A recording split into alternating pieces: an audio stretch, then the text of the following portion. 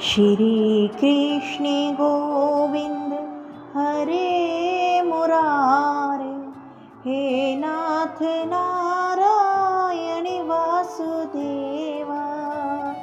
राधे कृष्णा राधे कृष्णा राधे कृष्णा हरे हरे। दोस्तों, भक्ति सागर सोनिका चैनल में आप सबका स्वागत है, जिसमें आज हम बात कर रहे हैं राधा अष्टमी व्रत की। कब होता है राधा अष्टमी व्रत, कैसे किया जाता है और क्यों किया जाता है, आज हम इस टॉपिक पर बात करेंगे। तो राधा अष्टमी सनातन धर्म में भाद्रपद मास के शुक्ल पक्ष की अष्टमी तिथि को श्री राधा अष्टमी के नाम से प्रसिद्ध है। तो आपको तो पता ही है, 15 दिन पहले ठीक कृष्ण जन्माष्टमी थी और उसके ठीक 15 दिन बाद वो अश्विनी पक्ष था, ये शुक्ल पक्ष है। शुक्ल पक्ष की अष्टमी के दिन होती है राधा अष्टमी। श्री राधा जी वृषभानु की यज्ञ भूमि से प्रकट हुई पुत्री थी, जिनके जन्म दिवस को राधा अष्टमी के नाम से मनाया जाता है। अब राधा अष्टमी का महत्व क्या है? राधा अष्टमी तिथि का व्रत करने और विधि विधान से पूजा अर्चना करने पर भगवान कृष्ण और राधा रानी का आशीर्वाद प्राप्त होता है। तो आपको तो पता ही है कि भगवान श्री कृष्ण जो हैं वो राधा रानी से इतना प्रेम करते हैं कि जो भक्त श्री राधा राधा का नाम भी जपता है ना, तो कृष्ण भगवान भागे चले आते हैं उनके पास, उनके संकट हरने के लिए। इसीलिए तो जो कृष्ण भक्त हैं वो कृष्ण कृष्ण कम और राधा राधा ज़्यादा करते हैं। तो राधा रानी का आशीर्वाद और कृष्ण दोनों का आशीर्वाद एक साथ मिलता है यदि हम राधा रानी का नाम जपते हैं, और आयु, धन, सम्मान, यश और सौभाग्य में वृद्धि होती है। जो लोग कृष्ण जन्माष्टमी का व्रत रखते हैं उनको राधा अष्टमी का व्रत भी करना चाहिए। अब आप पूछेंगे कि ये व्रत कब करें? तो ये व्रत आपको मैंने बताया कि 15 दिन बाद भाद्रपद की अष्टमी तिथि को किया जाता है, और इसके लिए उस दिन शुभ मुहूर्त आप पंचांग में से देख सकते हैं, हमारे चैनल पर देख सकते हैं। तो उस हिसाब से आप इस व्रत को करेंगे। मथुरा वृंदावन में पूरे ब्रज में इस दिन को भी बड़े धूमधाम से मनाया जाता है। इस दिन ब्रजवासी व्रत रखते हैं और राधा रानी की विधि विधान के साथ पूजा अर्चना करते हैं। कहा जाता है कि भगवान कृष्ण को पाना है तो उनको राधा नाम जप करने से पाया जाता है। तो आइए जानते हैं इसकी पूजा विधि और महत्व।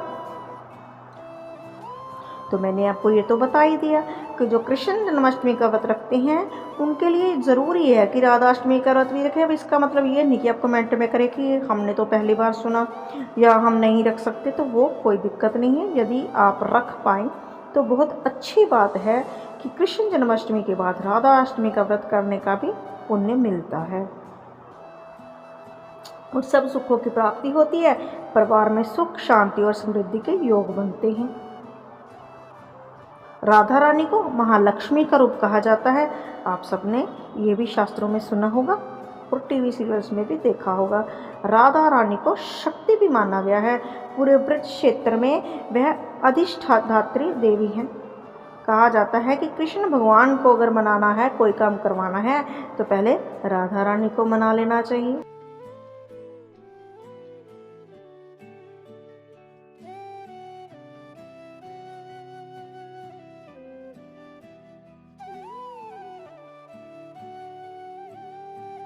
तो अब बात करते हैं राधा अष्टमी पूजा विधि की।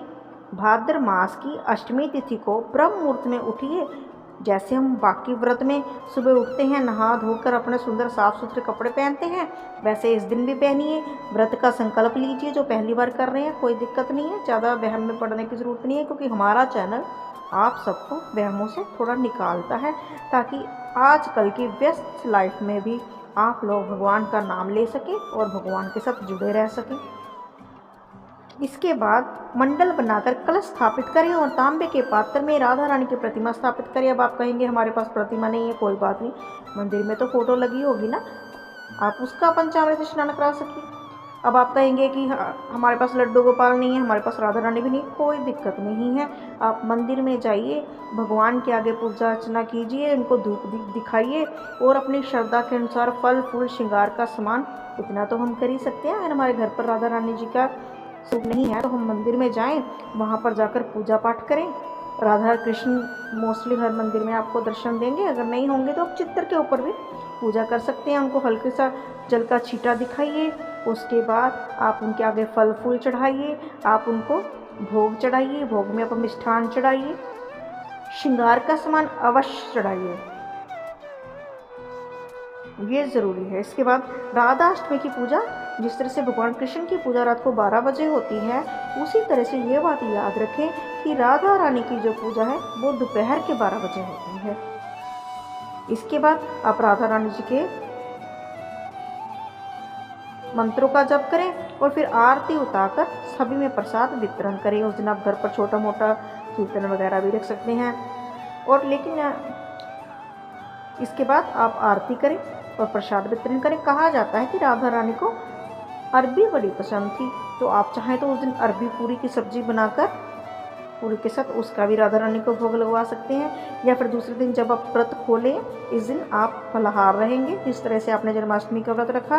कुछ लोगों के यहाँ जन्माष्टमी का व्रत बड़ा ही कठिन रखा जाता है, जल नहीं पिया जाता है, तो ऐसा कुछ नहीं है। आप थोड़ा बहुत फल फ्रूट खाइए और शाम के समय फलाहार करें, कुट्टू के आटे के साथ करें। नमक लेना चाहें तो आप सेंधा नमक लें, आलू की सब्ज़ी बनाएं, कुट्टू की पूरी बना लें, ऐसे व्रत कर लें। नमकीन आलू खा लें, या फिर जिस हिसाब से भी आपके व्रत रखा जाता है घर में, आप उस हिसाब से एक समय भोजन करना है। लेकिन भोजन आप फलाहार करेंगे, ऐसा नहीं कि आप अनाज खाएंगे। दूसरे दिन आपने क्या करना है, अपने घर से जितनी श्रद्धा हो, विधान तो यही कहता है कि उस दिन ब्राह्मण को खाना खिलाना चाहिए, उसको दक्षिणा देनी चाहिए। लेकिन वो जो श्रृंगार का सामान आपने राधा रानी के निमित्त अगर घर में रखा है तो वो भी मंदिर में दे आए। और श्रृंगार आप कभी भी मंदिर में चढ़ाएं या पंडित जी को, पंडितानी जी को दें, हमेशा खुला और ऐसा दें जो आप यूज़ करते हैं। अब आप कहेंगे कि हम तो 200-250 की लिपस्टिक यूज़ करते हैं, भैया मंदिर में तो निदान कर सकते, कोई बात नहीं। पेंसिल आती है, लाइनर आता है 10-20 रुपये का, वो दीजिए, लेकिन ढंग सिर की दीजिए। डिब्बी वाला श्रृंगार कभी भी मंदिर में मत चढ़ाइए, क्योंकि वो वेस्ट जाता है, वो काम नहीं आता है। बाद में हम कहते हैं हमने पूजा अर्चना तो की, उसका फल नहीं मिला। फल कैसे मिलेगा? चुनरी चढ़ाएं तो ऐसे चढ़ाएं कि जो ओढ़ी जा सके। ऐसा नहीं कि वो 10 रुपये वाली चढ़ा दी है तो वो बाद में पोटलियों में लिपटी फिरती है, ऐसा भी नहीं करना है। तो ये थी हमारी राधा अष्टमी के साथ जुड़ी हुई कुछ विधि और महत्व। यदि आपको अच्छे लगे तो लाइक, सब्सक्राइब और शेयर जरूर करें। कमेंट बॉक्स में जय श्री कृष्णा, जय श्री राधे जरूर लिखें। धन्यवाद। फेसबुक पर हमारा पेज है भक्ति सागर सोनिका, उसको भी फॉलो कर सकते हैं। इंस्टा पर मोटिवेशन सोनिका है, आप उसको भी फॉलो कर सकते हैं। धन्यवाद।